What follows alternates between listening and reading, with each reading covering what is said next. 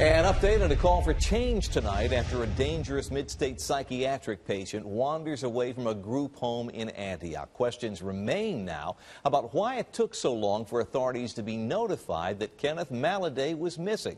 Fox 17's John Dunn spoke with Maladay's sister today, who says that somebody dropped the ball and in doing so put many people here in this community at risk. Well, Scott, Kenneth Maladay is back in a psychiatric hospital this evening, but the man who nearly decapitated his mother and blinded his stepfather was missing for 2 weeks, and many are concerned that he was living in an unassuming home in an Antioch neighborhood.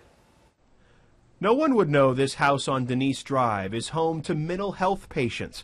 It's where 35-year-old Kenneth Maladay had been living for 2 years. It kind of scares me that I don't know them and no one knows what's going on in that house. 15-year-old Xenia Escobar lives next door and catches the school bus here.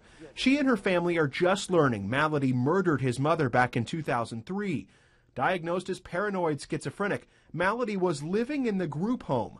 Regina Warren is Maladay's sister. He needs to be locked up in a secured facility. Warren was stunned when she found out her brother wandered away on July 26th.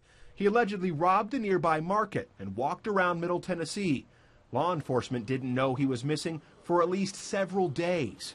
They should have called 911 and reported it immediately. Every resource available should have been dispatched so that he could have been found. Warren says her family committed Kenneth Maladay to the Middle Tennessee Mental Health Institute several years ago. She believed he'd always live in the facility. Even his own sister says she wouldn't want to live next door to him. People make promises to you that they're going to do things, and they don't. It just hurts that much more. It's John Dunn from Fox 17. No one came to the door at the house today, but Executive Director Kelvin Talley released a statement saying, quote, "We have very strict procedures and policies in place that must be followed as we are regulated by the state.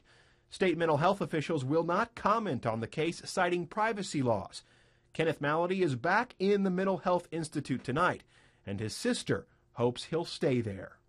There needs to be some accountability for the criminally insane. We checked with Metro Police to see if they ever received word back in July that Kenneth Maladay had wandered away from the group home. Tonight they say there was never any report. Maladay was finally put on a wanted list this week and was captured yesterday in Henry Horton State Park. John Dunn, Fox 17 News. Well, a follow-up